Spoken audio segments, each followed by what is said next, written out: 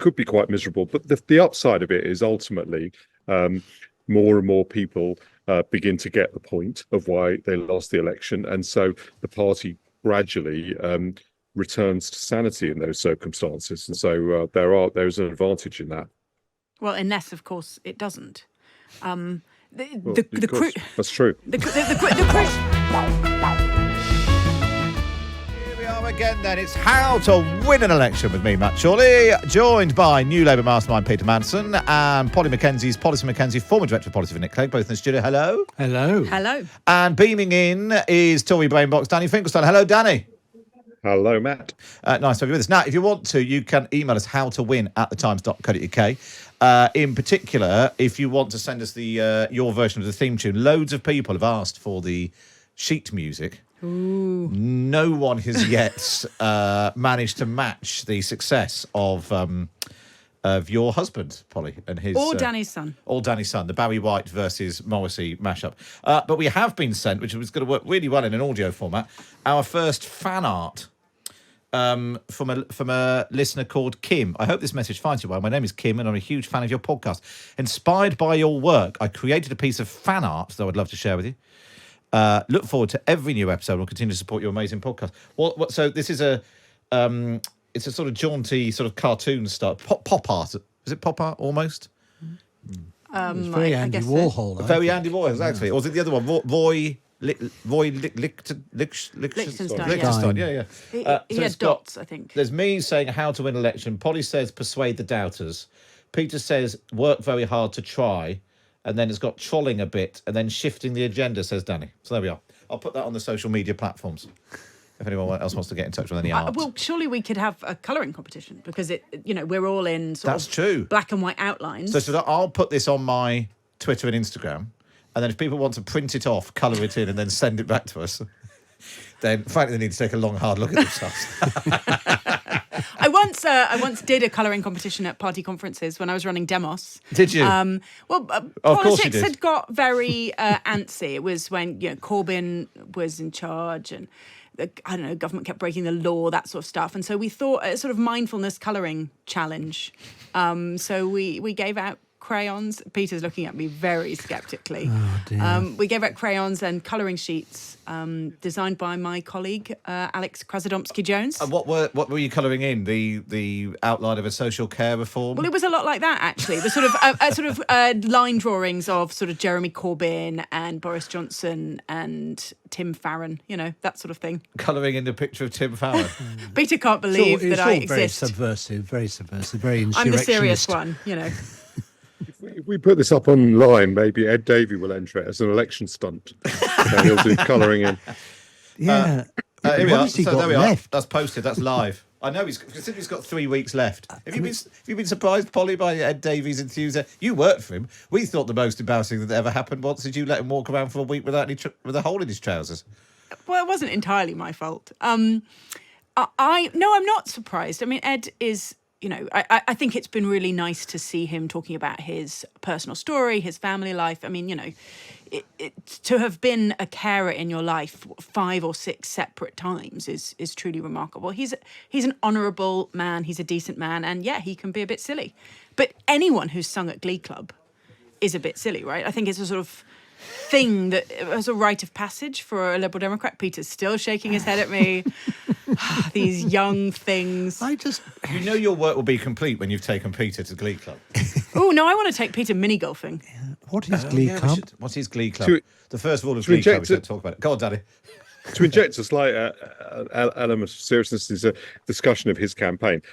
I think it's very clever. The reason that he just trying to get personal attention a little bit for the Liberal Democrats, but he doesn't actually need to run a campaign because Keir Starmer is literally running his campaign for him. The Liberal Democrats will do very well in this general election because people are voting for them where they're a substitute for Labour.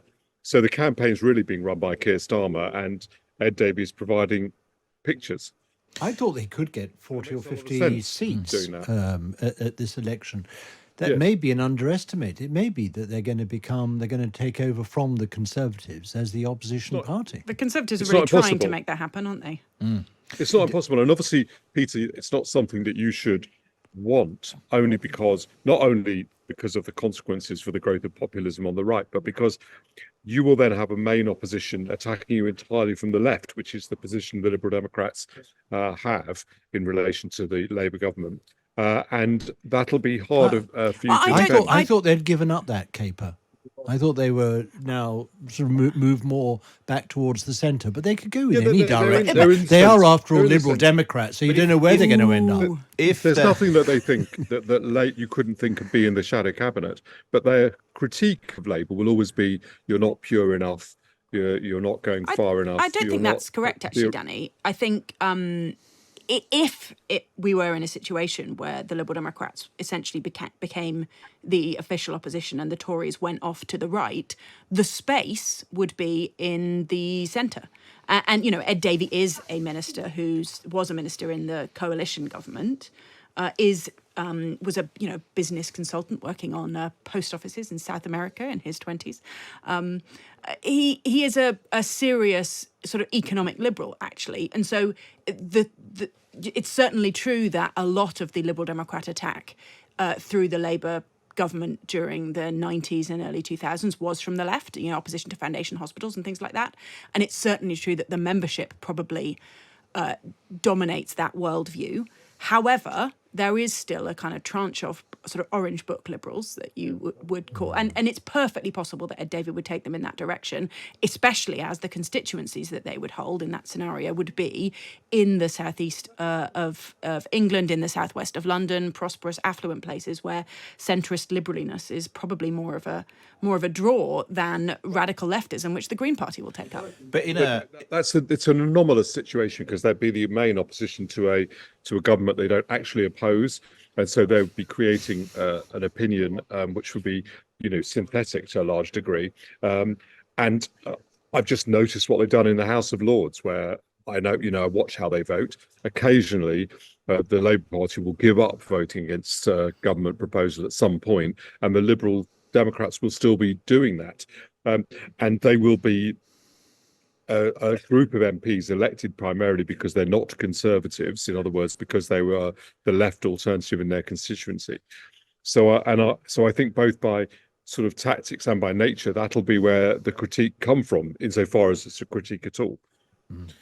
Danny may be right, but I just don't think it will be credible. I don't think it will be consistent. I don't think they have a coherent sort of left of centre radical philosophy, the Liberal Democrats, anymore. I think Polly is right about Ed Davey.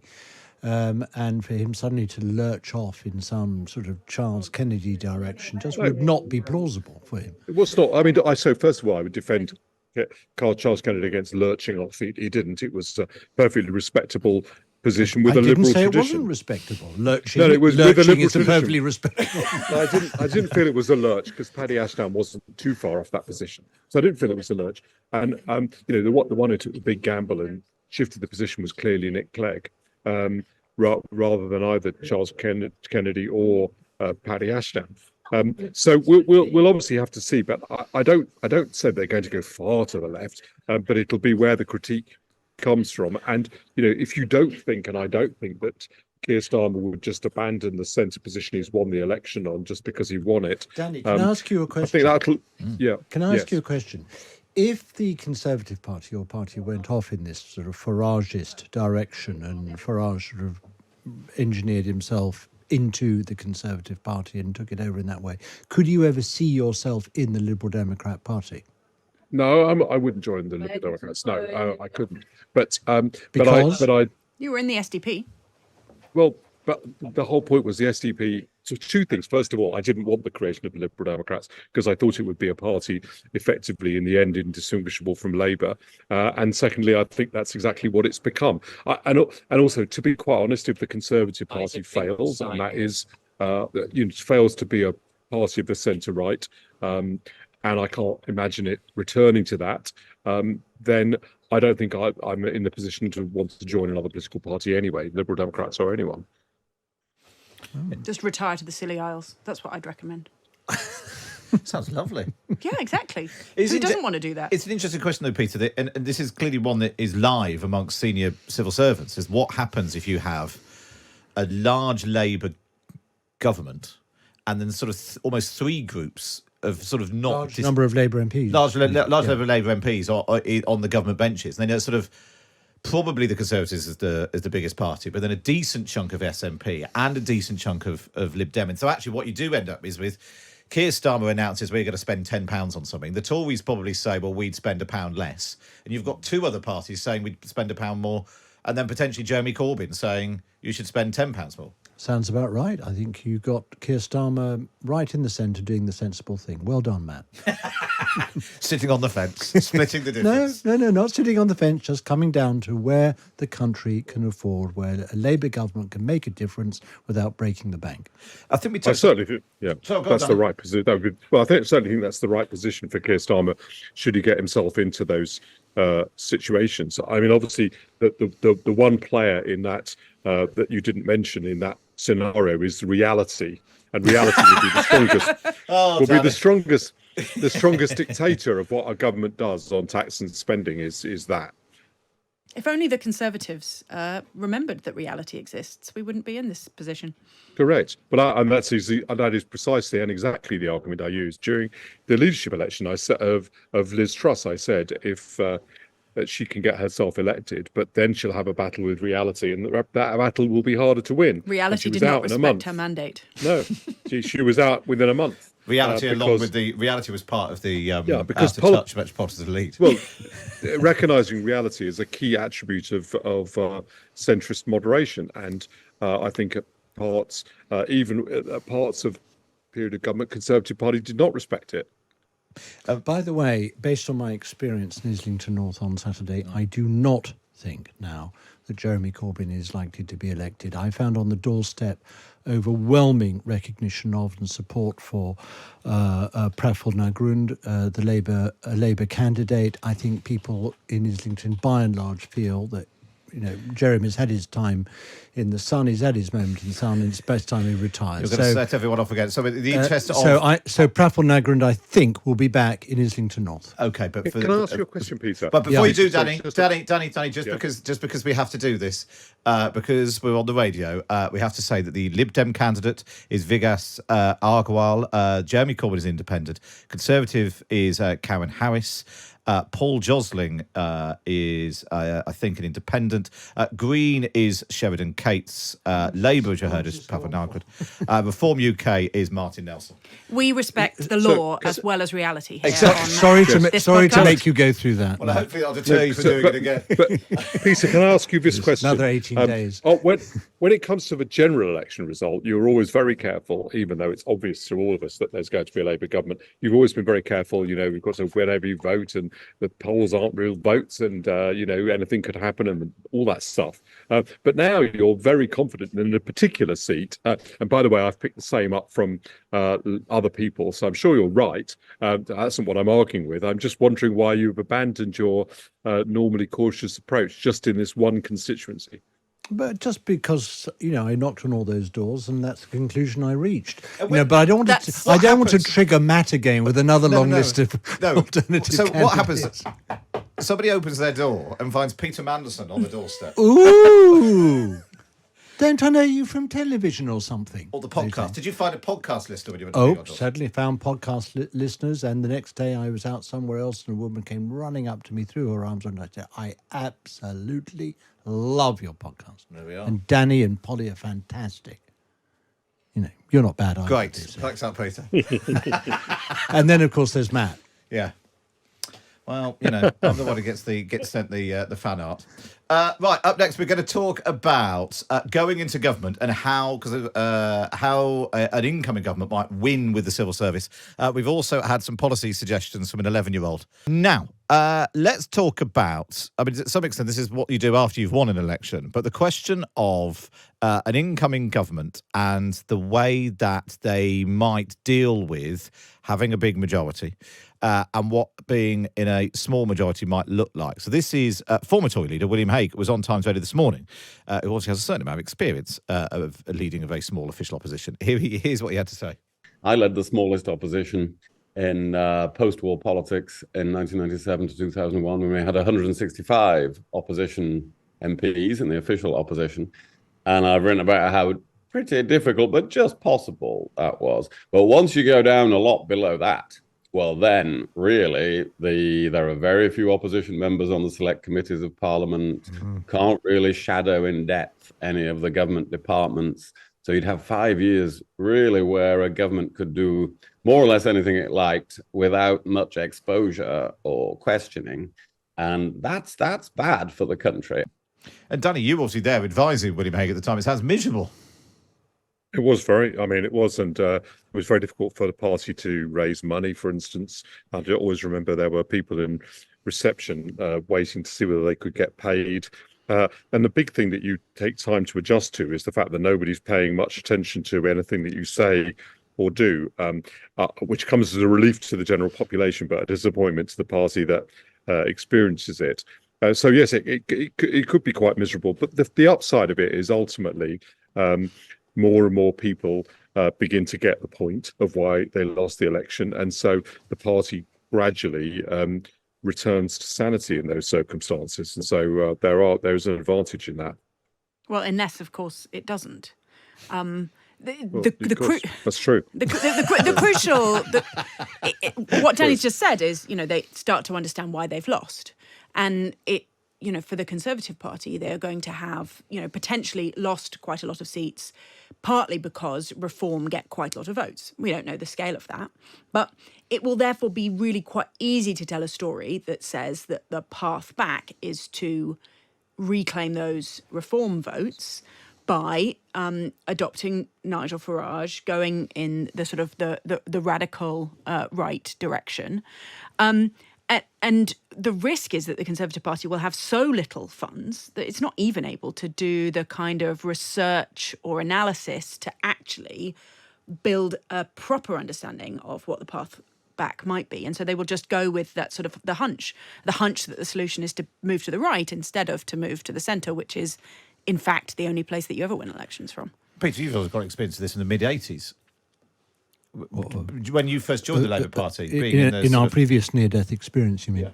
Yeah, absolutely. But what William Hague is doing is contributing to the subtle or increasingly not so subtle attempt of the Conservative Party to say, well, you may think, we're awful and you may want to vote against the Conservatives because you don't want to give us a fifth term in government. But honestly, if the Labour Party has a serious majority, then, the country's finished. I mean, they're saying, they're trying to sort of match the public's negative about the Conservatives with another negative, which is you've got a lot to fear from Labour coming in, Keir Starmer coming in with a proper mandate and a proper majority. And I would just point William back to 1997, which is that, even with that landslide victory, what the Labour government did was what had been and remained on the tin.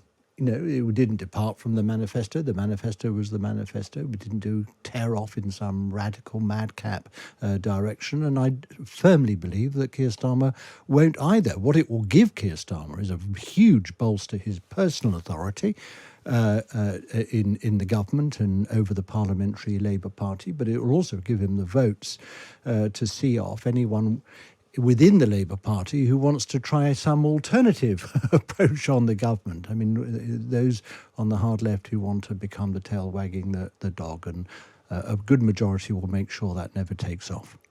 But William Hague did explicitly say he wasn't part of some coordinated thing. But of course, yeah. Do you think that's what's happening, Danny? Because your thing about coming into contact with reality, the Tories are facing a tension here between facing reality and saying, look, we're not going to win, but let's not give the Labour Party a massive majority, or ignoring reality and carrying on like they're going to win a majority. Yeah, I think it's a really, really difficult question. I've gone back and forward. Look, there are the advantage of saying that you are going to win, or you think using the formulation that Grant Shapps used. When he did it, he sounded natural, he sounded realistic, he sounded like he lived on the planet. All those are really important things. So the Conservative Party is not trying to stretch credibility. On the other hand, you get this social proof thing. Everyone thinks to themselves, well, if everyone else is doing this, if everyone else is voting Labour, so will I. And you may add to it. In truth, probably what the Conservatives say is no longer on anything is no longer the determinant of the result. So it may be that this is an agonizing choice that ultimately doesn't, whichever one you choose will have the same outcome. I think there is a huge risk that if essentially the narrative of the next few weeks is nothing matters, nothing makes a difference, and Labour is definitely going to have a majority, that means that your vote is very low risk in a way. And so if you are wavering between the Conservatives and Reform, well, just, I guess vote with your heart, if you can call it a heart that might lead you to vote for Reform. But and that sense that there's no jeopardy anymore may encourage people away from the Conservative Party in a way that's sort of not exactly what I think Grant Shapps is aiming for. He's trying to say you want a serious, sensible opposition, but I worry that in fact it'll just come up with, well, it doesn't really make a difference. I think Grant Shapps is doing something else. I mean, I think the Conservative Party machine is saying, look, the negative of Labour in there with a big majority is bigger than the negative of having the Tories back. I just don't think there's any chance of that taking off. I don't think people are going to think in that way at all. What I think Grant Shapps is doing is slightly different. It's saying, look, the Tories are finished. Sunak's out. You don't have to bother with him anymore. And Johnson and Truss, well, they're in the past. But look, vote for me. I'm a local guy. Vote for me because you can safely, prevent the Labour Party from having an overwhelming majority in the House of Commons and have me as a good local MP back. He's trying to distance himself from the Conservative Party in order to bolster his local vote in his constituency. In the same way that lots of Labour MPs did in 2019 yes, by they distancing did. themselves They did. from They Corbyn. said, don't forget about Corbyn, but I'm your man or I'm your woman. Oh, that's probably enough Jeremy Corbyn content. Right, let's then assume. Here's some, because we know that lots of very senior people in political parties and things listen to the podcast. If there are Labour frontbenchers listening to the podcast who within a few weeks might find themselves in government, what should they be doing now to prepare themselves so they hit the ground running and don't collide with reality in the way that we've been talking? Polly? I think the most important thing is to prioritise. And that doesn't mean only the sparkly stuff that's in your manifesto, because even now you can start to think, what is the stuff that will take a really long time to really pay dividends for us? What are the structural or systemic changes that we want to see? People often talk about Michael Gove as being a successful minister, and loads of people find the Academy's programme incredibly sort of problematic. But if you think about not whether it was a good idea or not, but the amount of thought and preparation that had gone in about both what are the first steps to enable that Academy's programme to roll forward, what is the essential parts of the legislation, but also then how do you create a kind of civil society movement to encourage people to come forward to want to set up new schools? So they established the New Schools Network to really kind of foment grassroots change and momentum. And then they thought about how are we going to restructure funding. So he and the team were prepared, not well prepared for what they cancelled. Which was the Building Schools for the Future programme, which was a complete kind of political and structural disaster for schools. But nevertheless, they were clear about what they were going to cancel and then clear about how they would then reallocate funding. And I think you've got to start thinking like a minister. If you are a shadow minister, the campaign is basically over. It's quite boring now, just phoning it in. So start to think, what do you want to do? And the clarity of messaging to your permanent secretary, to your civil service, and the clarity between you and your ministerial team is going to be absolutely essential for that first 100 days and first 1,000 days. And Peter, take us back to 97, where new Labour arrived in government. Was there suspicion that they were all a bunch of secret Tories, the civil service, because they'd been there? How was that? How did Tony Blair and the team manage that relationship arriving into government? Yeah, the civil service basically was so relieved to have a change of party. After 18 years, they sort of ran into our arms. I mean, there were one or two ticklish moments. I remember a sort of mild disagreement between the Prime Minister and the Cabinet Secretary over whether Tony's Chief of Staff, the extraordinarily able Jonathan Powell, should have a sort of order in council which would enable him to give instructions on the Prime Minister's behalf two civil servants, and Robin Butler, the Cabinet Secretary, were not entirely happy about that. He was even less happy when Alistair Campbell, the Communications Director, decided that if Jonathan Powell was going to have this, he would have to have it too. And I think that Robin thought this is just they're all going to fall like dominoes, and one after another is going to want this order in council in order to boss around civil servants. It didn't happen like that. But the point, when you go into a department, and it's the most thrilling, exciting thing in the world. I mean, I know there are other things in life, but not as far as I'm concerned. Going into a department and heading it up and being king in your own department is the most marvellous thing. But two things you have to remember. First of all, the civil service is not a self-starting motor car. You know, you don't get in it and it sort of drives off in some direction. You have to drive that car. You have to give it the purpose, the direction. You have to come in, you know, as the man with a plan. Secondly, or woman, but I was a man. Yes. Let's not get into that. You know, we all know I'm just saying, we all know what you know. I've got. You know, that makes me a man. Sometimes there are women. Oh no, please let's not get into that. But the second thing is that first impressions do count. And you've got to be... Is this about what tie you should wear? This is certainly what tie you should wear. Lightly patterned, not striped, obviously. Well done that. No Windsor knot, you know. And you've got to demonstrate to your civil servants that, you know, you do have that plan and that you mean business, because they're going to make a pretty quick judgment. You know, have you got it? Can you cut it, or whatever? And their job then is to help and advise you implement your plan. Not to tell you where to go, but how to get there.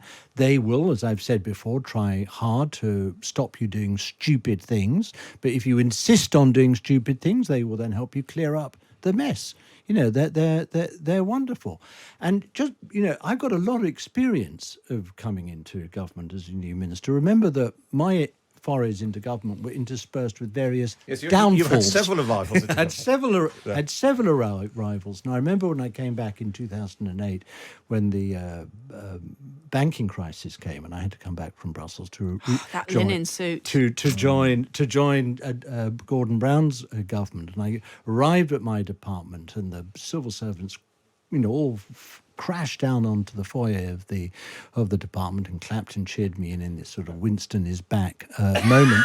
But the permanent secretary turned to my principal private secretary, who was the very excellent and suitably named Richard Abel. And he said to Richard Abel, look, I'm retiring in a few months' time as permanent secretary. Your job, Richard, is to make sure that Peter lasts longer than I do. Thank you very much. And you did that time. And I did that time, and that's how it happened. Danny, what's your advice to people arriving in government? The assumption of the conversation so far is that you're likely to arrive in government in the place which you held in opposition. But as we all know, actually, prime ministers often conduct a sort of reshuffle in between the day before the election and the day after it, and you end up coming in a department you hadn't imagined, not just because of the coalition, but I don't think Frank Dobson, I may be wrong about this, was Frank Dobson Shadow Secretary for Health before going into government? I may have the dates of that wrong, actually, because it may have been a little bit later that he But came like in. David Cameron came in and gave Theresa May Chris Grayling's job as Home but Secretary. Exactly, but that was also partly because of the coalition. But you can come in other words, in areas. So in areas in which you're not expert. So I think one of the things that you ought to be looking at, you ought to be familiarising yourself with the party's programme across the piece, because you could be implementing all of it, and you'll definitely be involved in all of it as somebody who has collective responsibility. So as well as the priority setting that Polly suggested, and then as in addition to that, I think it's worthwhile trying to identify advisors who might be able to come and do a good job as special advisors, because my view is I've been concerned about the quality of that, and that's very important. I've just checked. Frank, this is proper territory. Frank Dobson was Shadow Environment Secretary before the 97 election, and then became Health Secretary. The special advisors point is really important. there has been a kind of growing tendency to have special advisors across the spectrum, actually, who are very young, exuberant, enthusiastic about kind of briefings and playing kind of political games. If you are expecting to go into, potentially 2 or 3 term government and do serious things for the country, the kind of people you need about you as a new minister, and I do think special advisors are important, and they are important for more than just kind of press relations. They bring a kind of an intellectual perspective and a challenge into the civil service. That sense of who are the minds you want about you, to help you to navigate the incredibly complicated and difficult kind of world of policy and system change. And it's actually another thing that Michael Gove did quite well is to think about, again, a sort of hinterland of advisors. Who are the minds that you want to bring in informally as well? Who will you talk to? Who will you think things through with? Although famously, after the balls up with the Building Schools for the Future and cancelling that, he won the argument with David Cameron to bring Dominic Cummings into government. No one is perfect, and certainly not Michael Gove. Okay, well, we'll do some more questions in just a moment, because we've had lots of questions in. I think we've had the first. Somebody's already coloured in the fan art, so we'll take a look at that next on Times Radio. Right, we'll move on. But before we do some questions sent in by listeners, I need to tell you that we are doing a special live episode of How to Win an Election the morning after the election. So on Friday, the 5th of July, you can come to Times Radio Towers and be in the audience as we prop ourselves up on coffee. And but you need to be a Times subscriber. So if you're a Times subscriber and you want to come and join us, you just need to go to mytimesplus.co.uk. Find all the details on there. You can register. It's free if you're a Times subscriber. mytimesplus.co.uk. And you can see me, Polly, Danny and Peter looking very tired in the flesh. Now, we've had our first bit of fan art colouring in sent in. Someone sent that in on the social medias. Are we pleased with that? It looks like we've been possessed by that bad guy in Stranger Things. Tessa says, my colouring skills may need improvement. Big fan, although this might not convey that. Mainly because we've got very deep black eyes. Yeah, I look like devil's eyes, like that Conservative Party poster against Blair in 1996. My wife's been in touch about the original fan art. She says to me, you look like an old lady. I say that with love. So that's gone. That's all gone very well. Lovely relationship you have with your wife. Nicola says, as an 8-year-old in the mid-1980s, I won a colouring competition in the creche at a regional Labour Party conference. Ooh. The joys of being the child of party activists. My prize, which I received in the post a few weeks later, a red rose card with a letter and photo from Neil Kinnock himself. This is a Peter Madison initiative. I showed my friends excitedly, and they were all suitably baffled about who he was. I still have the card and photo. I'm 46 years old. Well, it's not just the Labour Party of the 1980s which has got young fans. We've got an 11-year-old fan who's been in touch. This is James. Hello, Matt, Peter, Danny and Policy. I'm James and I'm 11 and I want to win an election. What do you think about these policies? Number 1. Tubes for cities/towns over 200,000 people. Voting for when you're at the criminal responsibility age of 10 and you stop voting when you're at the age of 82. You have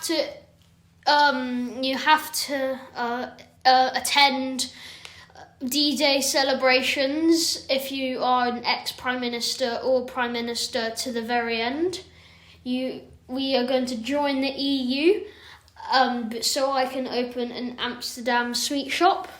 And we thought about no penalties for crimes, but we thought that through and it didn't really turn out well.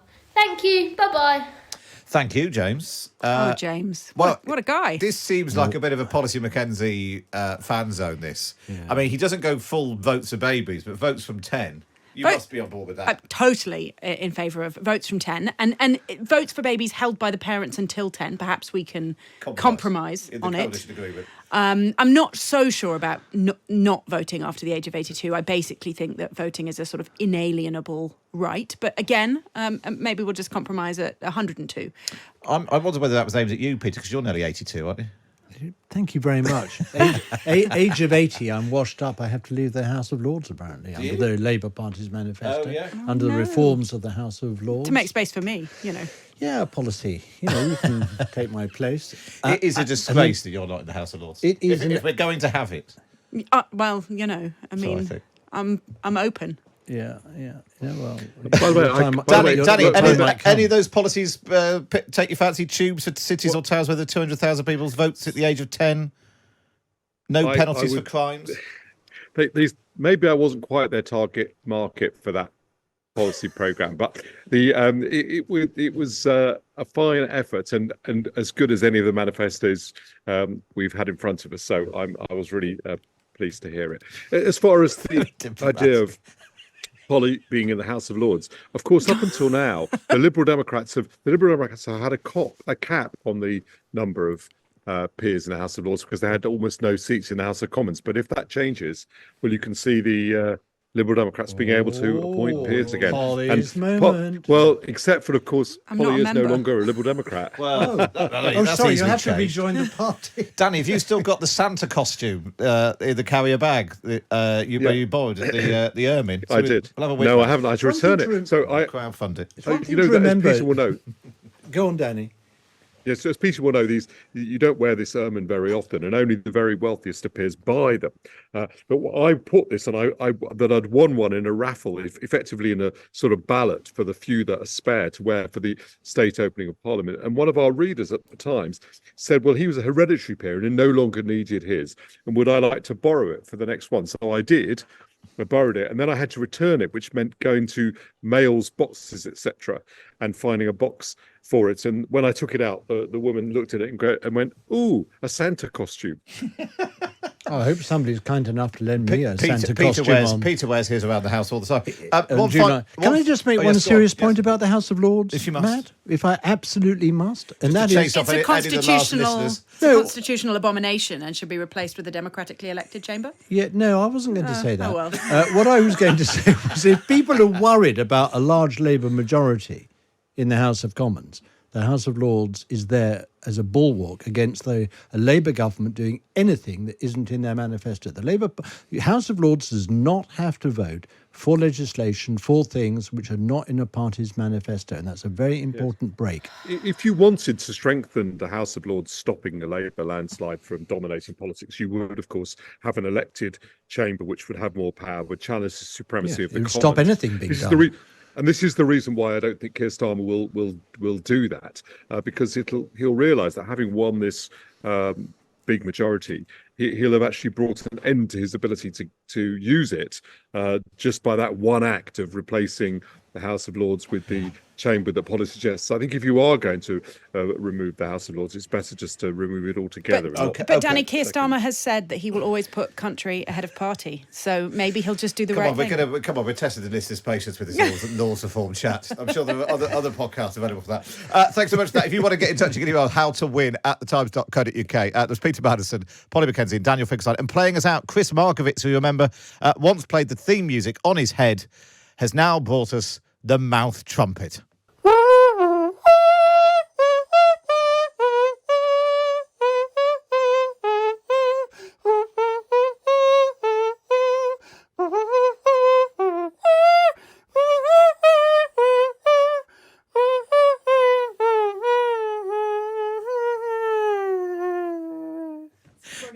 Can somebody call him an ambulance?